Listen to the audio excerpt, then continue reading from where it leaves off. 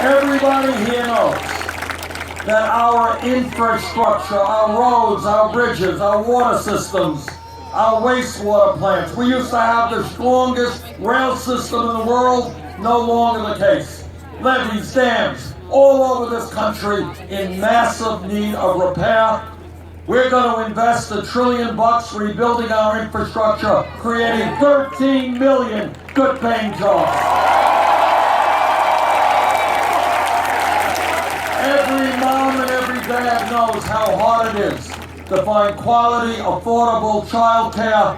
We're going to be putting hundreds of thousands of teachers to work, making sure that our children have the best child care system in the world.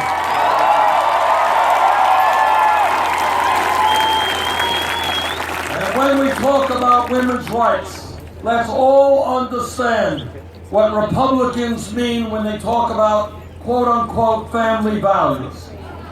What those Republicans are talking about is telling every woman here tonight that she does not have the right to control her own body. We disagree.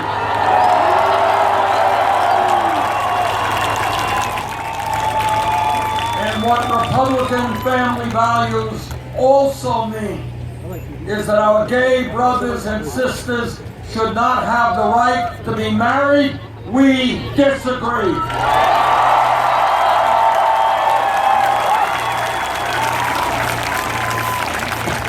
This campaign is listening to seniors. Now, a great nation is not judged by how many billionaires or nuclear weapons it has. A truly great nation is judged by how it treats the most fragile and most vulnerable people in the society.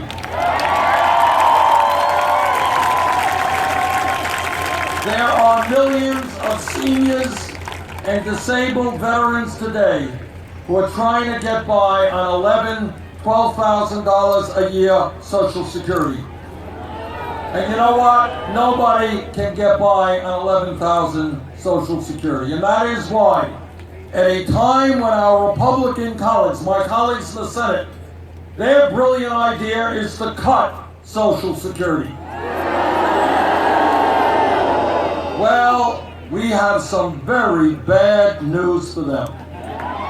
We're not going to cut Social Security for the elderly and for the disabled veterans and for people with disabilities.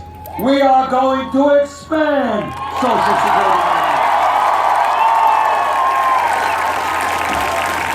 And I've introduced the best legislation in the Congress to do that. I am very glad that President Obama just the other day said very loudly and clearly that it is time to expand Social Security benefits. And I would hope that Secretary Clinton comes on board our very good legislation.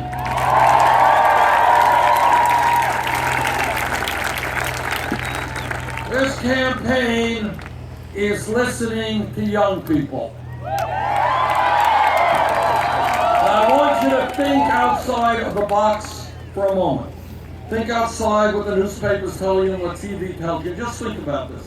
Everybody here knows, this is a no-brainer, that we live in a highly competitive global economy. Is that right? All right. And if we are going to succeed now and in the future, if we're going to have a strong economy, great jobs, we need the best educated workforce in the world.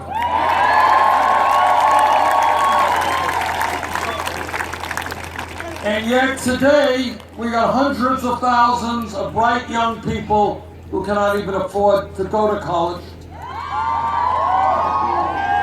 In America today, we have millions of people who left college deeply in debt, $30,000, $50,000, $70,000 in debt.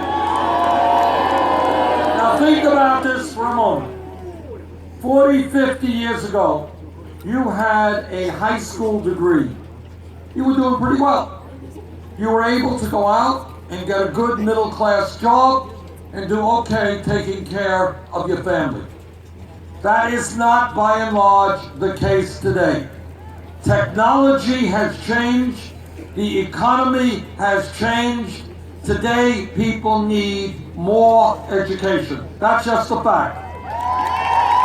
And that is why I believe today that when we talk about free public education, it is not good enough to talk about first grade through 12th grade. We need to make public colleges and universities tuition free.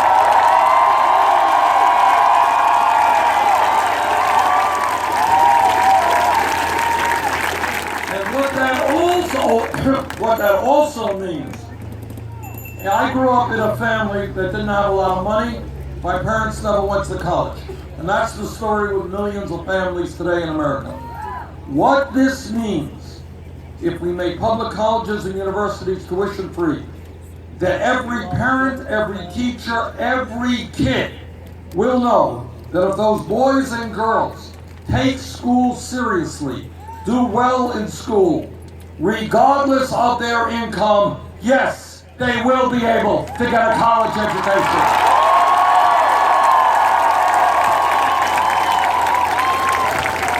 And that is what America is supposed to be about.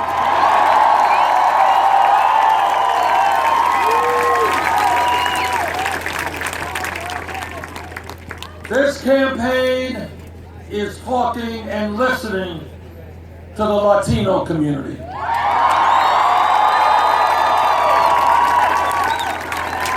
There are 11 million undocumented people in this country, and as we speak, here in California and all over this country, undocumented workers are being ruthlessly exploited.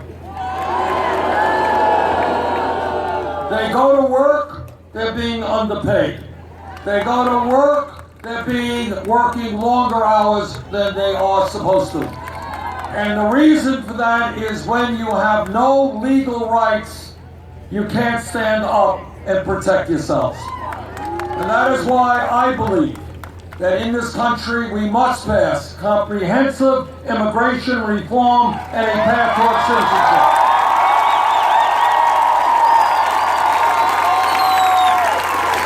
That is why I believe we should end the present deportation policies. That is why I believe our immigration policy should be to unite families, not divide families. And if Congress does not do its job and pass comprehensive immigration reform, I will use the executive powers of the presidency to do all that I can.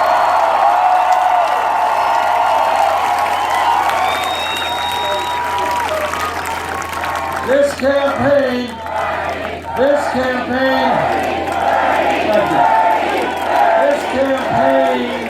is listening to the African American community. I want to tell you something that you don't see on TV. You don't read much about in the media, but I've had the honor of traveling from coast to coast. I have been in inner cities all over this country. And what I have seen is not what should be taking place in America in the year 2016. I was to Flint, Michigan, and I talked to parents whose children were poisoned by lead in the water.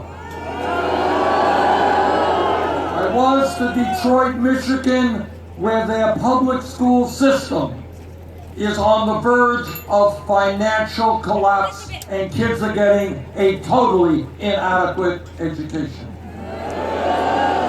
I was in Baltimore, Maryland, and I talked to people who explained to me that in that city alone, tens of thousands of people are addicted to heroin and cannot get the treatment they need. But it is not just inner cities. I was to McDowell County, West Virginia, southern part of West Virginia. In that county, men are dying 18 years younger than they are in Fairfax County, Virginia, 6 hours north. What is going on in this country is because of the collapse of the American middle class, because of a level of despair unprecedented in modern history. You got millions of people who are giving up on life. They are becoming suicidal.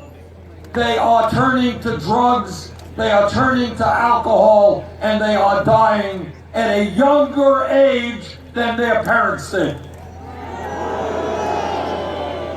The history of the modern world is that we extend longevity, that people live longer than their parents. That's happening all over the world. But there are pockets of poverty and despair in America where the very opposite is happening. So I say that now is the time to change our national priorities. No, we do not have to spend trillions fighting a war in Iraq that we never should have gotten into.